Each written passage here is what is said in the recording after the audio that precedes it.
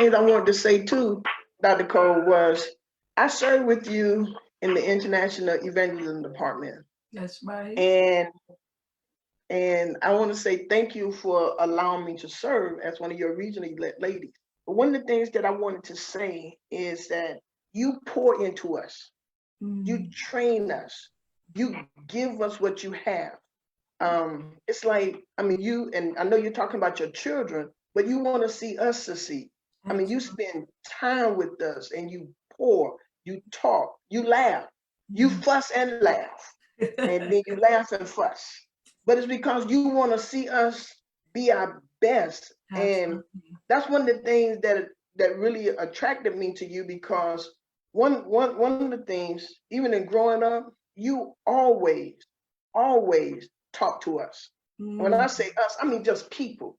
You never had this big aura about yourself. You always talked and laughed to every. We wasn't in your group with your close friends, and now serving with you, you made sure that you pour into us, and you pour into us hard. How do you do that without being intimidated, insecure, or any of those things? I mean, you give it to us, and then you celebrate us. Yes. Well, you know, it's really important. See, if you don't have a passion for ministry, you're not going to have the drive. You're not going to have, you know, the discipline to do what is really needed to be done to get ministry out there and to be able to sow into people's lives. You know, you gotta have a passion about this. You gotta love what you do. And I have been on the field, Dr. Mandrell. I've been on the field since I was about 19, 20 years old. Okay. I didn't realize that I got married when I was 21. I thought I was 25. You work so hard and long. Right. It's been, and people look at me and they say, well, you know, how do you do it? 42 years I've been married. And me and my husband, we have a passion for ministry. You know, he loves what he does for God. I love what I do for God. And one of the things that my mother said when he went to ask my mother for me, he said that my mother said to him, please, don't please, whatever you do, don't interfere into her ministry because she has a call on her life. Wow. And when that happened, my husband has been supportive of me, and a lot of times this is what a lot of these when you're getting into a marriage, or when you're trying to hook up with a mate, you need to make sure all of these things are in place before you get married, because that way you're going to have a lot of problems when you get married. But right. To make a long story short, what I'm saying is it's really important that you continue to have that passion for ministry, to do and to be disciplined about what God has done for you and what he's doing with you. A lot of people say to me, well, you know, how are you doing all of this? I say, I don't know. It's got to be God that is helping me to be able to pull all this together. And then God gives me people to help me keep my world together. Okay. I look at this ministry that God has blessed me to uphold right now as the elect lady of the International Evangelism Department of the Church of God in Christ. I had no idea that I would be in this field, because everybody thought that I would be in music all my life, not knowing that my first calling was in evangelism, because that's when I first got called to ministry. Matter of fact, out of all of my sisters. And so God, here he is, he flips the script and he turns me into a different direction of ministry. You know, singing will always be a part of what we do. I'm always be singing with my sisters. I'm always have my solo career, but to have the first calling and to be able to actually administer what God has given to me to put inside of women that are in the same field that I am in. And I see what God is doing even in evangelism today. It's really important that we are supposed to meet the needs of the people. That's what ministry is. meeting the needs of people, not being stuck up, not, you know, just because you have a title, you know, not pushing back, and you know, you got to be there for the people. And that's what my job is as the elect lady of evangelism, is to be able to pour into you all, and to find out where your giftings are, so that we can put you in those areas. We need you there. You know, I need you there. You have a radio ministry. I need you there. You have a voice. I need you there. You know what I'm saying? And the Bible says, in all that get understanding. So we're understanding what God is doing. And then he said, your gifts will continue to make room for you. And this is what we're supposed to be doing. We're supposed to sow into the lives of people, and whether it be by ministering, whether it be by, you know, seeing their gifts and talents and moving them in those areas. And I want to thank you. I know you brought me all the way up on the stage. You had me doing things and all of that. Then you sat back. When I sat down, you're like, oh, girl, you know, and I'm like, wow, but all these years, and like you said, you didn't know that you were going to be the elect lady. I never, ever imagined serving with you as close as I am. Wow. But I mean, but it's like, I don't want anybody to think but you don't care what anybody thinks. It's like a dream come true to be taught by you. I think you and Evangelist George Rogers are just, I don't know, y'all are just so down to earth, you know, and I absolutely love the Clark sisters. Another thing I love about the movie is I met someone who had watched that movie 16 times. Oh my Jesus. 16 times. Oh my I don't know how many times my brother-in-law, Dale Waddell Sr., who's listening, have watched that movie. And he's Methodist originally. So he really didn't know about the Clarks sisters too much. When I tell you they are going crazy. And one of the things I love the movie. I love you all. You all were so transparent. One of the things that really touched me about that movie, Dr. Cole, because you all did not take out the pitfalls. Mm-hmm. You did not take out your mistakes. Mm-hmm. You did not take out the fact that y'all got angry with each other. Yes. When I think it was Niecy and Twinkie got upset with your mama, I was sitting here like, oh God. But for you all to show that, mm-hmm. It was just so real, and your anger. Now, why do you think that was necessary to put in the movie? Well, because people, you know, that's all they have on television now is reality shows. Reality shows to show the realness of life issues and things that we go through as a common person. You know, people look at us and they kind of put us on a pedestal, but they don't know that we do the same things that they do. Just like right now, quarantine has put us all on a reality check. I mean, from head to toe. We ain't got our nails done. We ain't got our hair done. We had to go let's do the favorite thing. We had to put it in a ponytail. Or this, right? You take them, take those micros out. Put them hats on. Put them hats. That's how you look every day. You hear what I'm saying? It works every time. Yes, put a hat on it. That's right. But, you know, and this is what people are looking for. They're looking for the reality because they want to feel that they're as close to you as the television. Yeah. And I think that that's the reason why. And then people wanted to know, how did it all start with us? You know, they heard us, they hear us in interviews on radio, but to actually see it on television and to see it on a major network, I think it kind of brought reality, you know, to the people that loved us, and, you know, we loved them, and it's like a giving back. And thank God for Queen Latifah, Missy Elliott, and Mary J. Blige, who are really, really close to us. And this was one thing that they wanted to do for us, to actually give back to us, because they had been listening to our music all these years, and we was like, really, y'all? But it was just amazing to see how God has hooked this whole thing up. And thanks to Dr. Holly Carter, who she is a Kojic evangelist, who has been around a while, and she has been trying to do this for the last 10 or 15 years.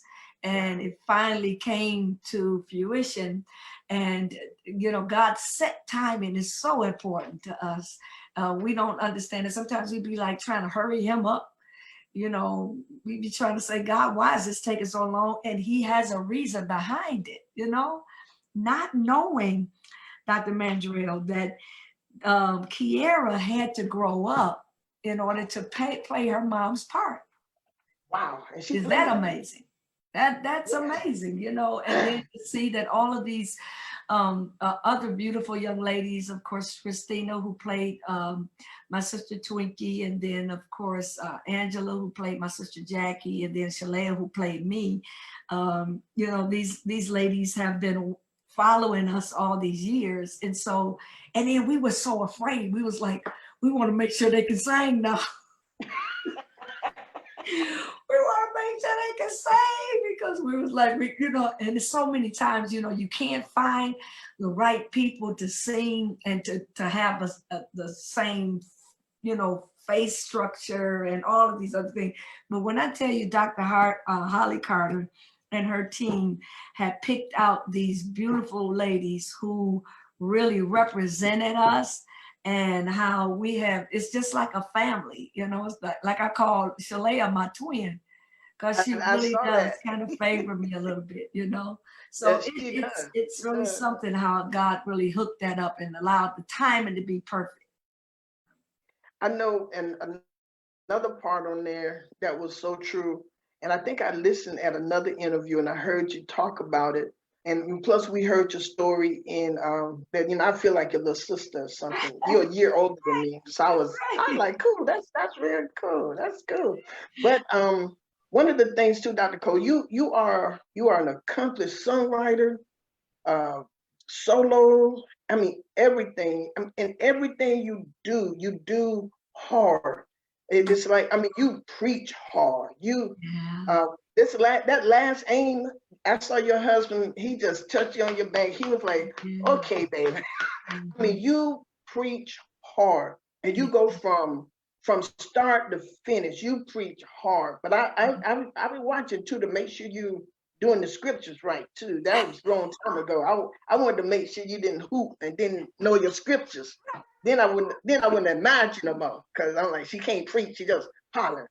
But you can dissect that scripture, and you do it from beginning to end. And then when you sing hard. It's like you give everything hard.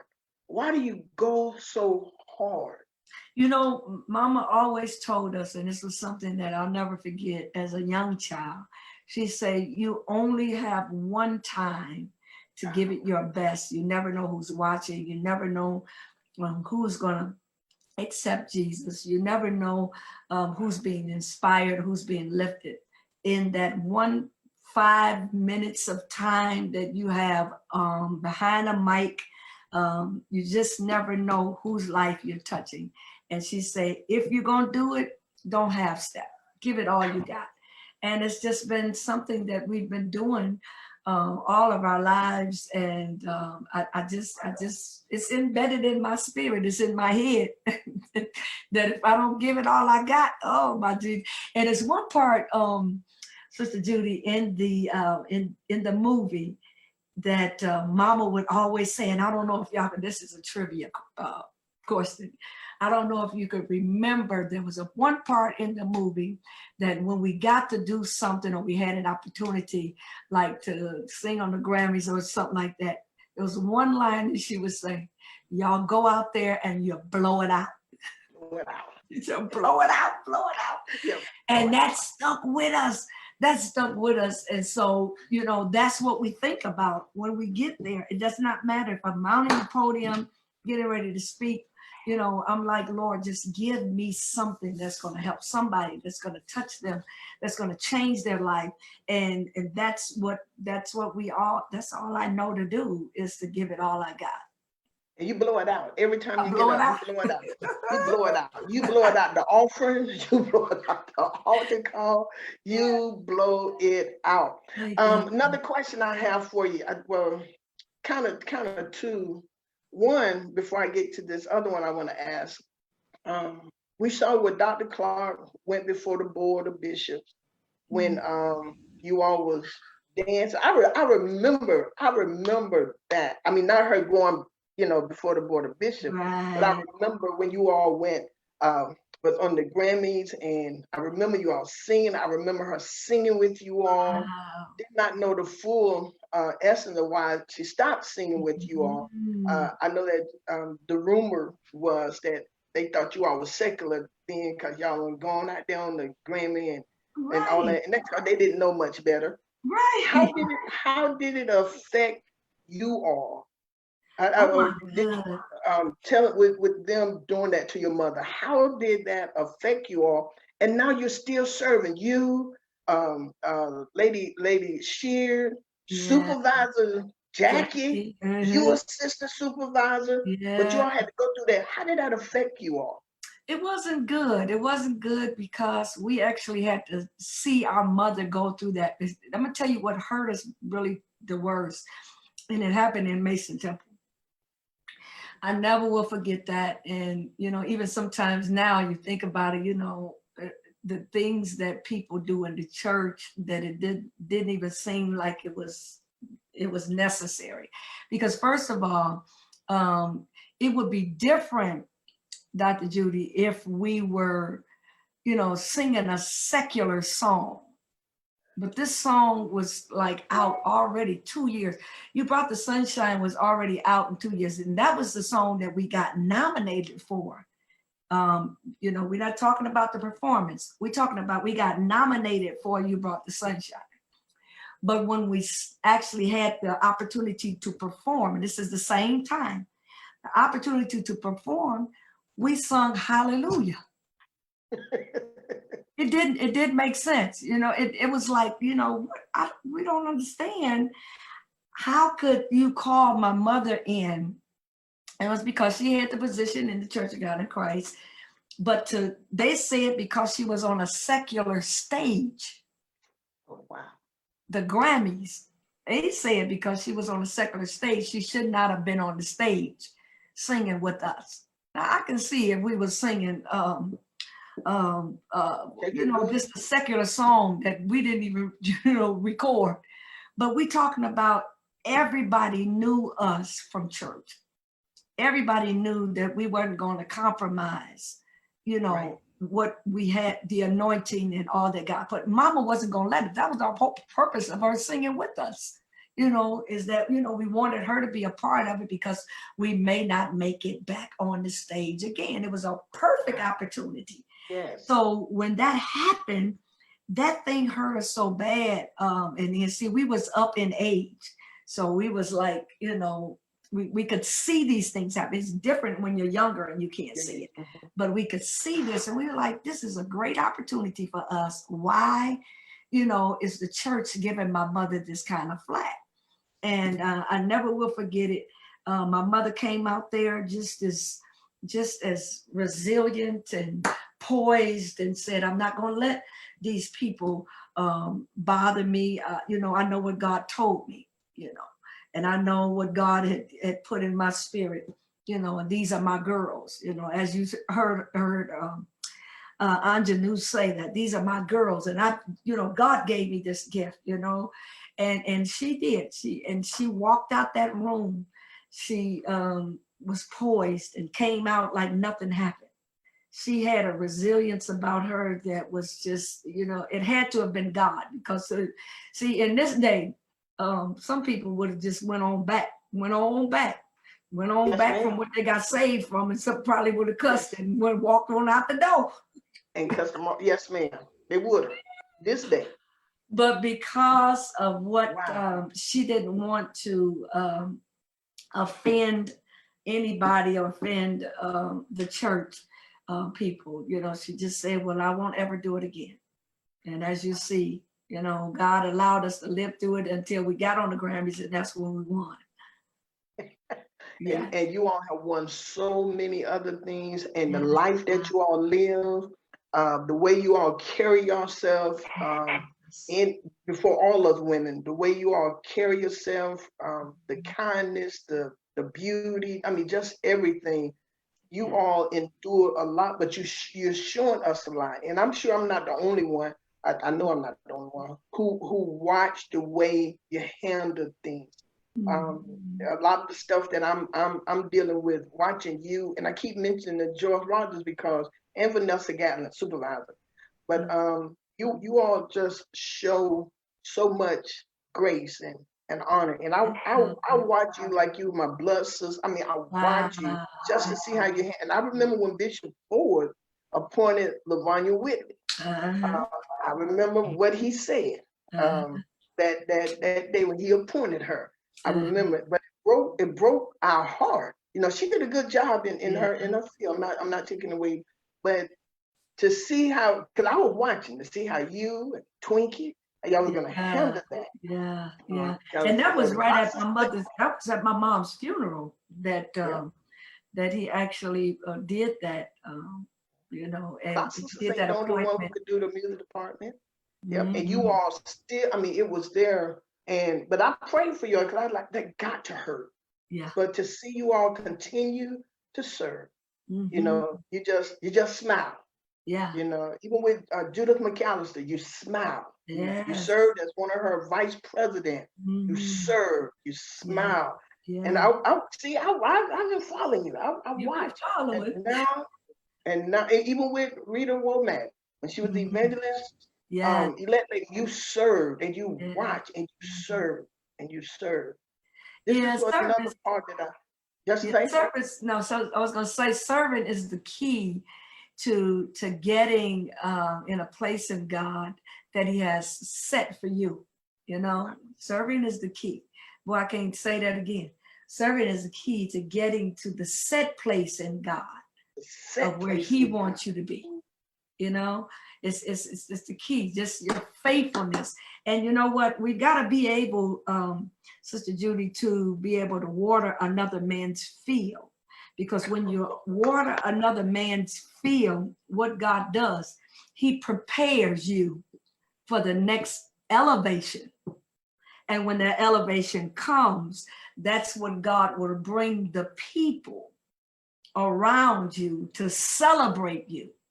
That in spite of the hurt, in spite of all the things that you had to go through, God will bring people around you to celebrate you for where you are and where you're going.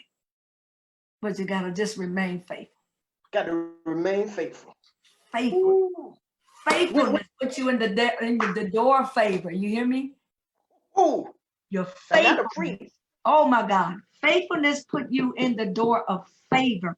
When you understand what favor is like right now. It's money that you don't have.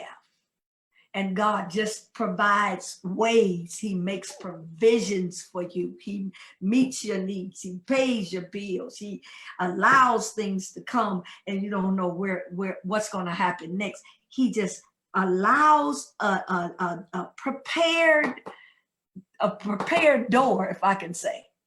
Gives you a prepared door that you can walk through and say, it's already done. It's already done. Because when I tell you Bishop Elijah Hankinson, Lady Hankinson, and you, thank you, man, y'all, this evangelism department is like none other. And we have some good leaders. I'm not taking away anything from anybody. Yes. But this department right now and the training we get, the conference calls that you pour into us, and that's big to me. I like people who have made, and I do the same myself, but who have made it. I ain't made it like you yet, but I'm coming. You know. I read all those countries you'd have been through half the world.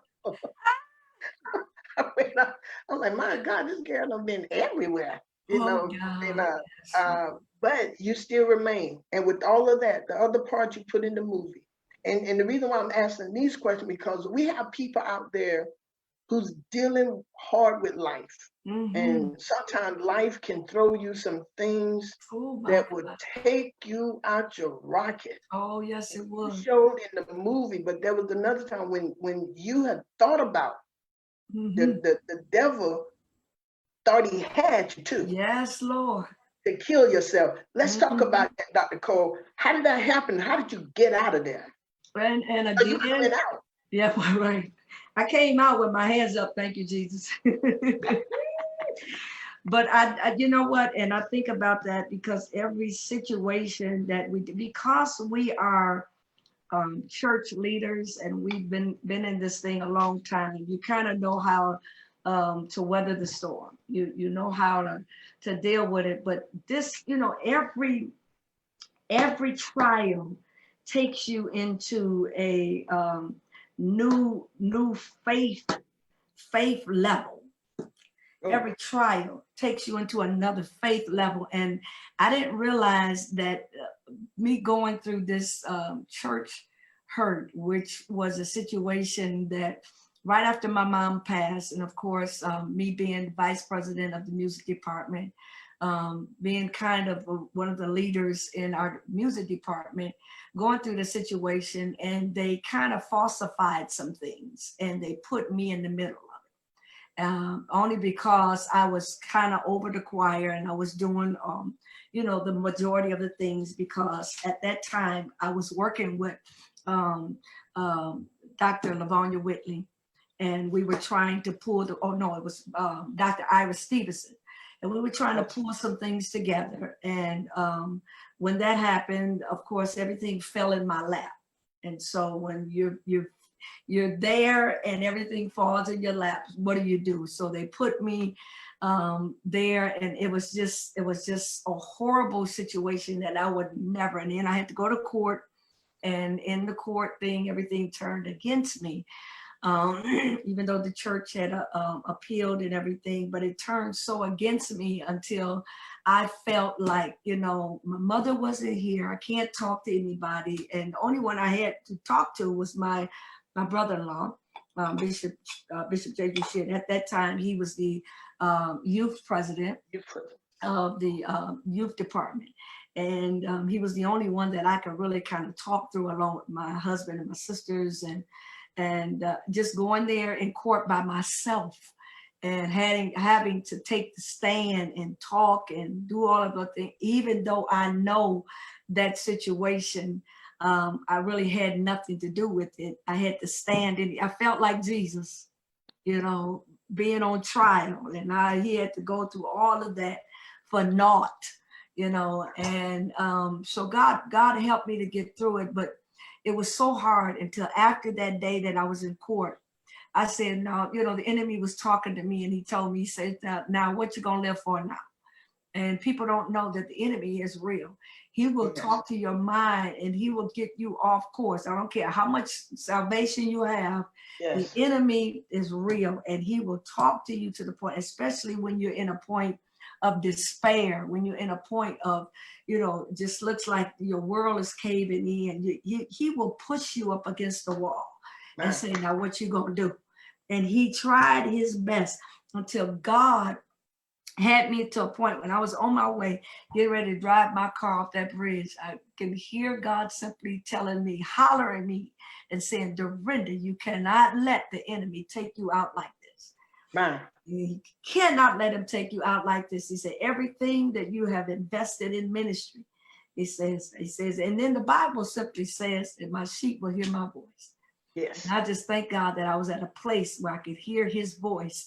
And that was the reason why I was able to come out of that, because I heard God's voice. And then I turned around and said, Lord, I thank you for keeping me and keeping my mind. He'll keep you in perfect peace. Yes, he will. Keep your mind stayed on him. And that's how I was able to get through that and get out of that point. And then, of course, my family didn't know where I was. I know my husband, when I got home, he's like, where have you been? And I said, I couldn't even tell him, so, but God brought me through it. And then that's when I wrote the song, I'm Still Here. Oh. And it's by the grace of God. Ooh, and then I'm coming out. Yes, Lord. I'm coming out with my hands up, all of them songs. Yes, Lord. God. Yeah, I think before we leave, we got to hear a little bit of something. I'm still here. You're gonna get a Clark sister sound or something. You got to do. I'm still here. They said that what y'all got, the Clark sister growl. Can't nobody do it like You y'all. know Y'all got what? the runs, the ribs. Nothing. You know, you got a Clark sister sound, and Thank we you. greatly appreciate it for the young mothers who's on here. And I know your children are adults now, and I Yeah. want to say that your daughter is so kind Thank you. and professional. She Thank really you. is. She just yes, Miss Judy. Yes. I mean, so I want to say thank you, because you know sometimes them children can be, you know, you got mama like Dorinda Clark-Cole, they could be cocky, but she's not. Yeah, they could be a little cocky. You know, children can be a little something, but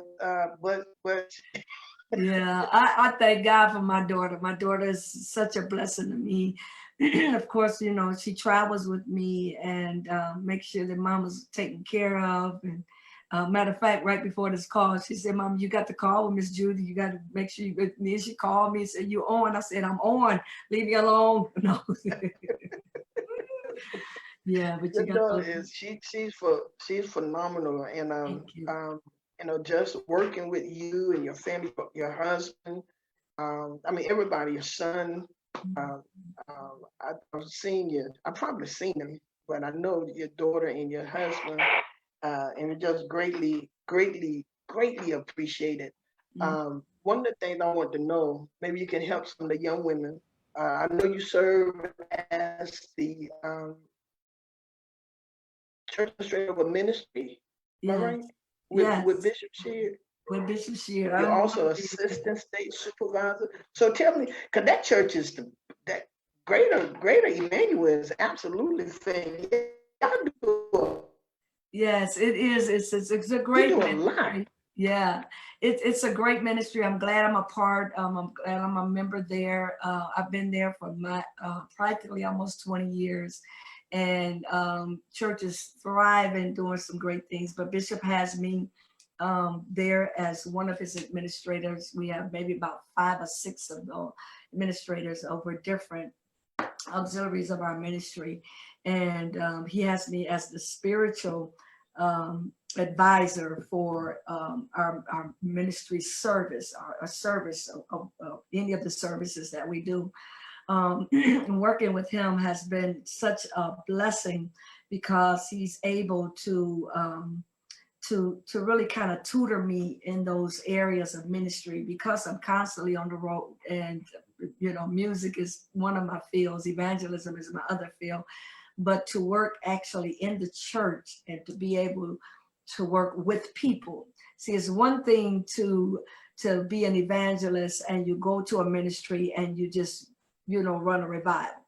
That's one thing. Then it's another thing to be at a church and working with the members of the church. You know what I'm saying? And so he, you know, he teaches me, he mentors me, and he shows me how to deal with the people, that you have to have a minister's heart for the people, because everybody doesn't have that. You've got some people that they don't have people skills. You know, you got to be able to feel what people are going through. And he taught me all of that. You know, I have a soft spot for people in the ministry because I know that they're striving to be something in God. And so you try to work with them in those areas. And then you got to, and this is another thing that's so different from evangelizing on the road and then evangelizing in your church, which God has called you to be, that person, to be a light and a beacon light, that you're speaking for him. And if you're speaking for him, you got to be able to treat those people like you want to be treated.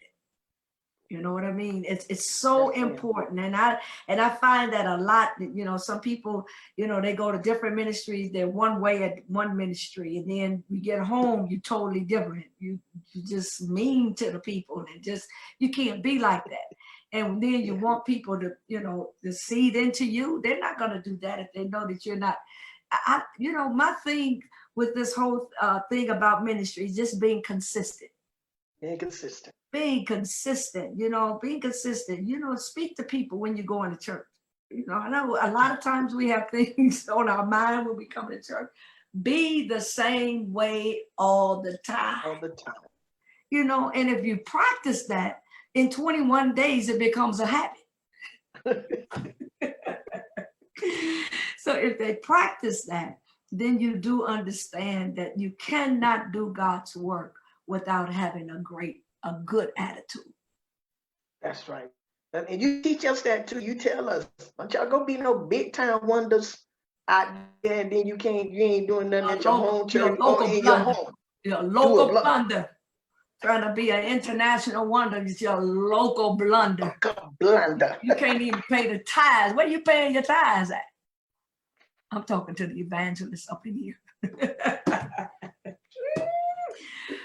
Oh, I love it. I love it. You know, I used to serve under Bishop Drew Sheard as the state chair lady of Western Florida.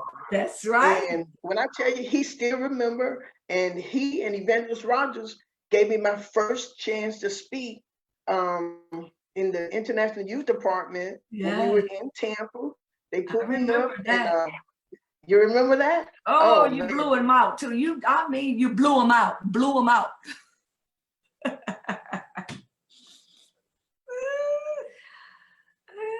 Yeah, that was awesome. That was awesome. And to this day, every time he see me, he like, proud of you. I'm proud of you. How you doing? He never, and he remembers my name. Yes, He remember, but an awesome teacher. And I think at the time, right before Dr. Rogers, Evangelist Rogers came in, it was Mother Deborah Thompson, who was the chair lady. Right. So I served under her a lot, and then under the Evangelist Rogers for a little while. So the Lord has allowed me to serve with some of his greatest leaders in our church. Thank God. And I'm honored, super honored to serve with you, Dr. Cole, super honored to serve with you, do a lot of work. And I just thank you for the opportunity, for what you give to all of us. You know, she's, for those of you who are not coaching, she is the international elect lady of evangelism.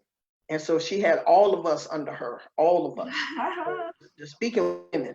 And so I serve at the pleasure of Bishop Elijah Hankerson, elect lady, international elect lady Dr. Cole, through my jurisdiction of bishop, which is Bishop Larry E. Perkins, and Mother Ruby Wood, my supervisor, for Western Florida 2nd, and under the leadership of Bishop Charles Edward Blake and Mother Barbara McCoo Lewis.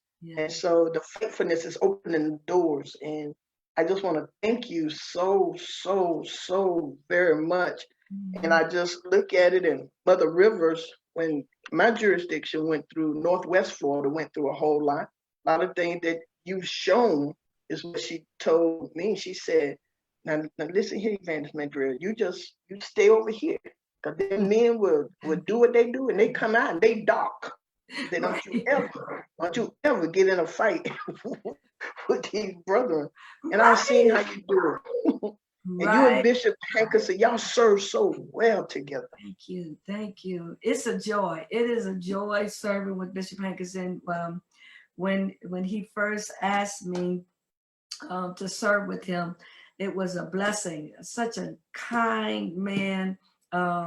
He always, if I have some ideas, whatever you want, Doc, whatever you want, just let us know. And then he'll ask questions. So what you thinking about this? And we'll bounce things back off of each other. And I think our relationship that we have, I think it's a relationship that every ministry needs to have, where we're hearing each other out, and whatever we can do to give the betterment of our department, to make sure that our leaders are informed, and making sure our leaders are okay, making what I'm saying. It's really important to have that kind of relationship.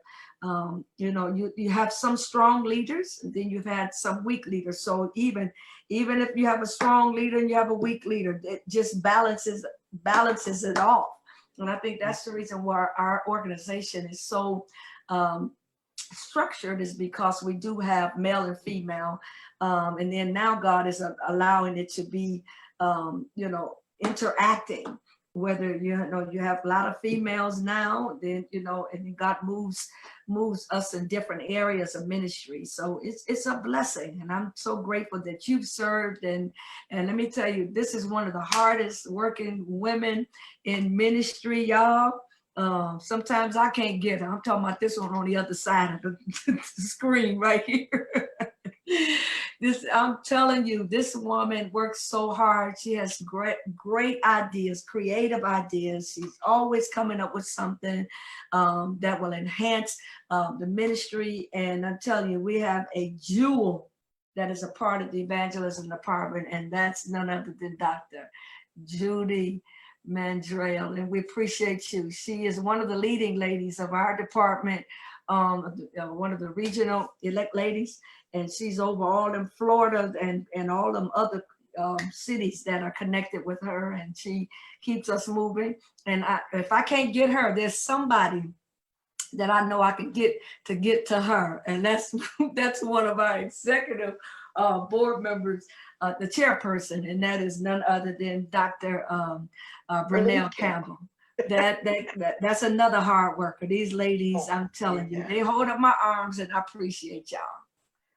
And I want to give a shout out right before I go to Superintendent Charles Lewis and Mother Lewis. Absolutely. Because Superintendent Lewis gave me my first opportunity. You know, I want you to be the elect lady. So I'm like, really? And Wow. Bishop Matheny, he just went on. Mother Ruth Williams was still my supervisor, and they just did that. They did it. But what was funny, at our last AIM convention, that Mother Lewis was chasing me down. Dr. Cole, won't you? I said, I didn't do it. I don't know what you didn't do, but she wants you. She's trying to find you in different ones. Dr. Cole is looking for you. Why won't you? I was like, because I also serve as the AIM chairperson for jurisdiction. Yeah. I said, tell Dr. Cole, when I got to you, said, I had too many people looking for you. Don't have to happen. Put an APB out on her. We couldn't get her. I said, she is everywhere. We know she here. She can't hide from us. She on the radio. She on the radio. She on the radio. Dr. Cole said, when I need you, I need you. She said, I got something else I want you to do. I'm putting together this and that and that. Mm-hmm. And I was like, wow. And I was so honored.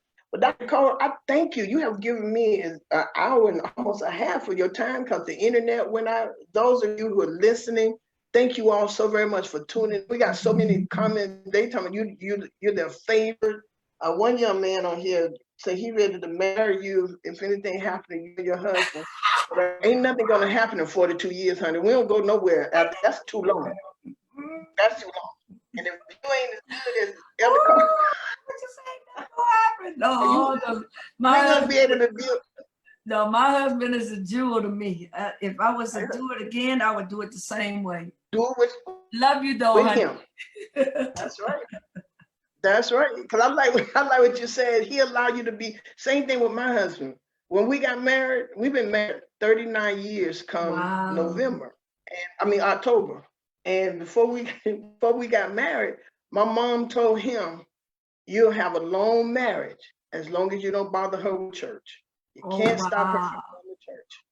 He said, that's good. Yeah, he said, if you stop her from going to church, you're going to have a problem. Absolutely.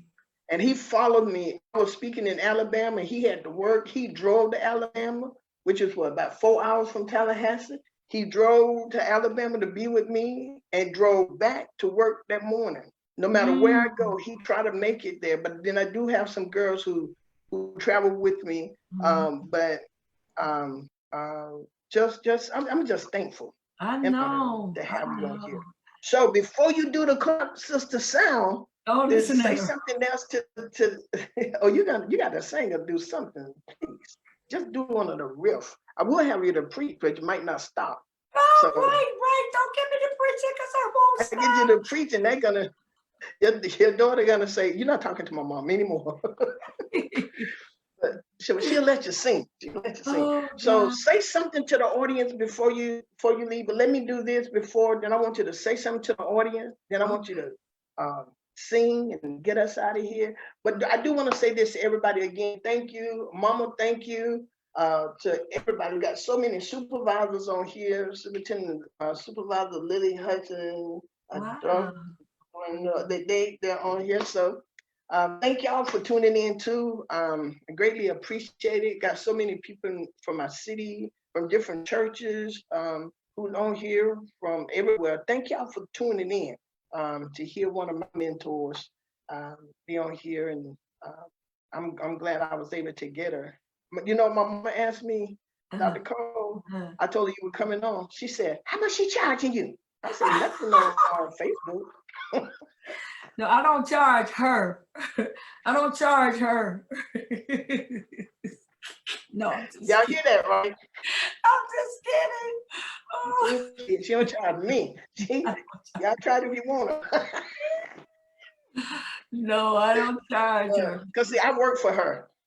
That's right. She's a jewel to me. She's a jewel. I work for her. But I want to tell everybody, thank you again for joining in. Tomorrow, I'm doing a special tomorrow. Ben Tanker is gonna come on tomorrow. So Ben Tanker is gonna be here tomorrow, and we're doing 11 a.m. I don't come on 11, but I'm getting used to this Facebook stuff and Instagram, and so I'm just seeing what the Lord has next for me as far as this is concerned. So Ben Tanker will be on tomorrow, and then next Tuesday I have 6 NFL moms coming on. I have 6 NFL moms coming on for a special Mother Day treat to all of the mothers. That's great. So the Lord has opened up some good doors. So again, thank you all for tuning in. So Dr. Cole, you haven't been singing, I don't guess. And we are praying for Bishop Sheard, Lady Sheard, and the family, Bishop John Sheard as well, chairman of the bishop. We're praying for all of them at the transitioning of Mother Sheard. Mother Sheard, she never knew my name. She forgot it that next minute. but when I was seeing her, she would say, "Hey, baby," she said, "I don't remember your name, but I remember that smile anywhere." And I said, "Hey, Mother Sheard." So that was an honor, because I know she had thousands of people. Absolutely. But her just to remember the smile of doing, that's how you all have a great family. Thank God. And we appreciate you all so very much. So, Dr. Cole, give us some final words to the audience, and then give us a song. That's never how she said it. That. They said they requested "I'm Still Here." Oh my goodness. Go on YouTube. No, I'm just kidding. I'm just kidding. I love y'all. No, I'll do a little line or something. But I do want to say thank you so much for having me on, of course, what we call the World Wide Web of all of these wonderful devices, and how we're able to communicate in this day and time. And let me just share with you the importance of making sure that we as people of God need to stay connected. We have to stay connected. There is no way in the world that we can go through this period and who would not know God right in through here. Everybody needs to at least have a close relationship. And I think God closed us up in our houses to allow us to have a deeper relationship with him, making sure that our relationship is intact with him. And this quarantine time is a time of refueling. It's a time of refocusing. It's a time of really getting our minds set where we're about to go. Because I really believe that when we're released, when this ban is lifted, that God is getting ready to allow us to conquer the world in such a way. There's going to be such a revival. People are going to go, when this ban is lifted, I can see churches are being flooded. And not even the smallest church to the biggest church they're not going to have room for people to sit, because God had to bring us all the way down to our knees to see if we are really committed to ministry. And every evangelist that is out there right now, Wow. I know that we're all going through this drought. This is a drought. This is a time in which many of you are on the road. Many of you are, you were traveling and all of those things. But this is a time of refueling. This is a time letting God download into you some great things that he's about to pull out of you. Let's get into our word. Let's get into those parables that are in the Bible. Yes. Let's see what God is going to give us, because right now you should have a new way of reintroducing the parables now. This is a time, that's right. We can't keep doing the same thing we've been doing because they didn't heard that. Now what you got new? You got to get something new now. Let's get a new revelation. We got to get new revelation. We got to have new knowledge. And this is the time to get it, because even when we were working, we didn't have the time like we have now. This is the time to sit down, let God download into you, and then have some quiet time with him. Let him put inside of you something that has never been done. How about you? Let God allow you to be the new success story. There's something that God is going to do to you that it won't do for everybody else, and you have it on the inside of you.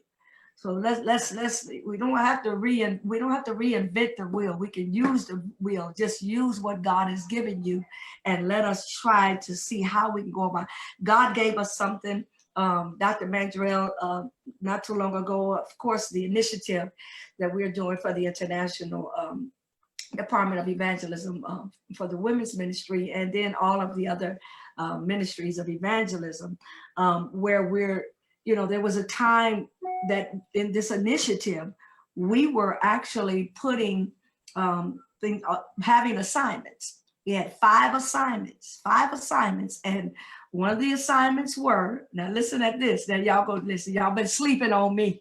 You've been sleeping on me. You've been throwing my little brochure away, but now who's going to talk now? Now, what you going to say now? What kind of ministry you got now? That's what I want to know. We had 5 assignments. One was the water ministry. Mm-hmm. Okay. Now, what you doing now? You can't get out your house. So what you gonna do now? You can't pass the water out. What you gonna do? Okay, that was the first one. The second one was to text and to call somebody and check up on them. Okay, that was the second one.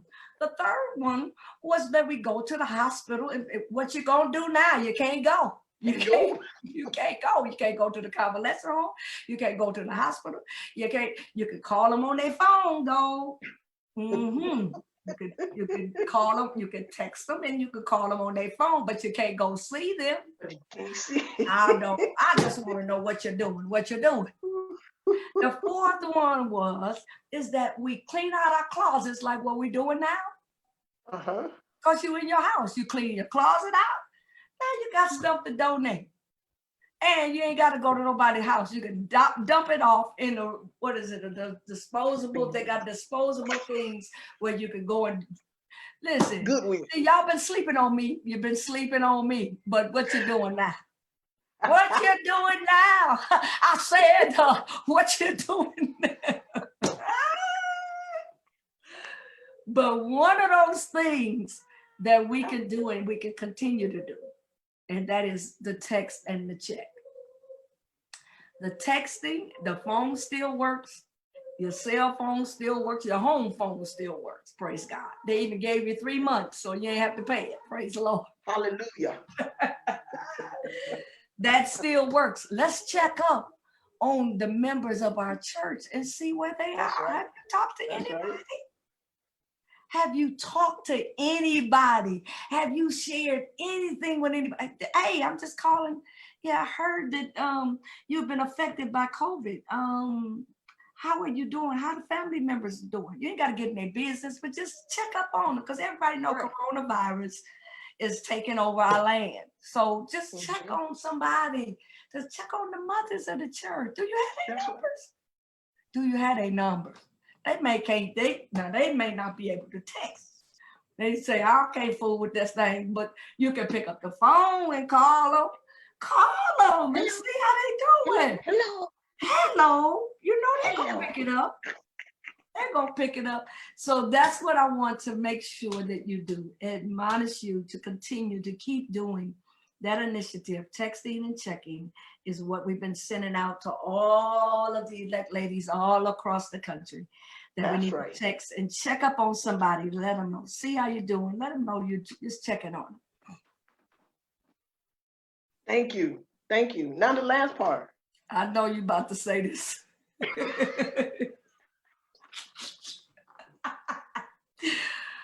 Okay, let me give you just a little line of something. I mean, just give me a little line of something. By the way, do y'all have our new album, the Clark Sisters' new album? Yes. We didn't talk about the new album. I know you got it. You're supposed to be Clark Sisters supporter. That's right. True. Soul album. The new album. Let me look. Let me just show y'all.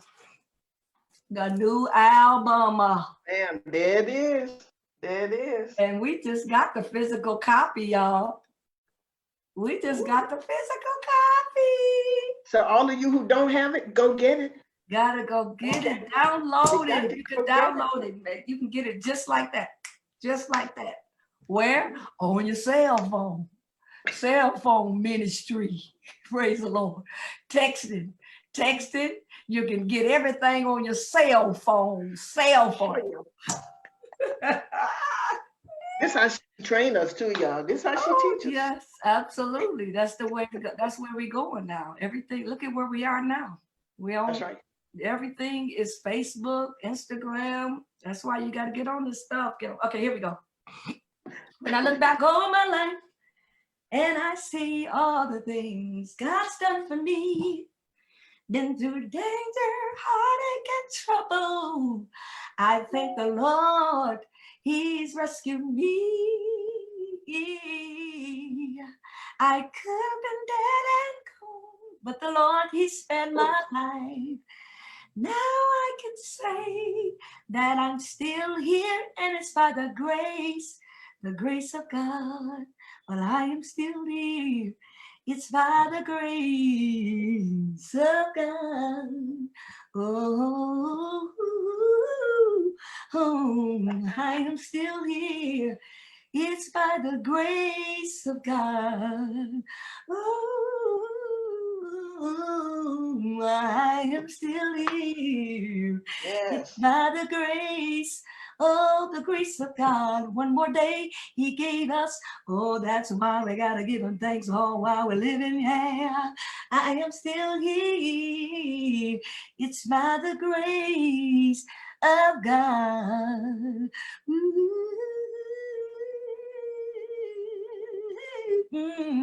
I am still here. It's by the grace of God. I love y'all. We love you. Dr. Dorinda Clark-Cole, y'all, live on the Real Talk with Judy show. Thank you so very much. And I see you on the conference.